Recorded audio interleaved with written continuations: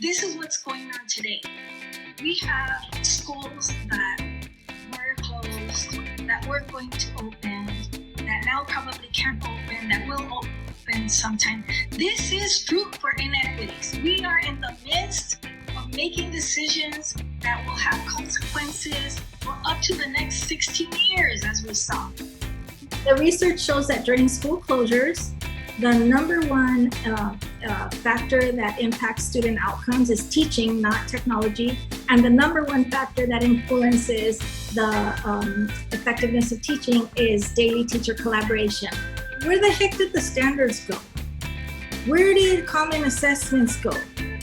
If we have fewer minutes, by any measure, we know that's going to happen, then I think every minute counts more than it ever did. And when we're talking about schedules and not the model of how we teach and learn, then how do we get at that? So how do we get a model in place that's true, right, and just for kids, that is not anti-anybody, just pro kids? Outcomes for kids are what we see. We see and we measure and we should. Grad rate, social emotional well-being, college eligibility, etc.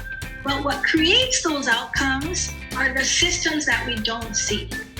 Inequitable systems start on the bottom. You have to have the will to do something about it. You have to have that desire to change situations so that demographics never again have to determine destiny. Equity lives when we don't have that gap anymore, by changing the conditions.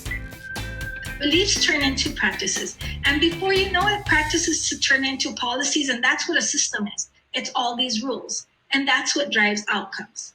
So now some would say, so how do I change someone's beliefs? Well, I've tried telling somebody, cut it out.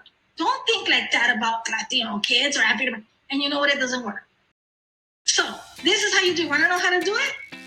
Do it. You go in reverse order. You go to work looking for trouble and you find the policies that create this issue. Below the policies, you'll find practices related to them, and then you can imagine what the belief systems are that create that. Appealing to the person's heart, I know what you want, is the same thing that we all want. Another way of saying it that we have in Shattering Inequities is, I want you to want to. I want you to want to consider this with me. Be bold and not apologetic about what your true, right, and just is.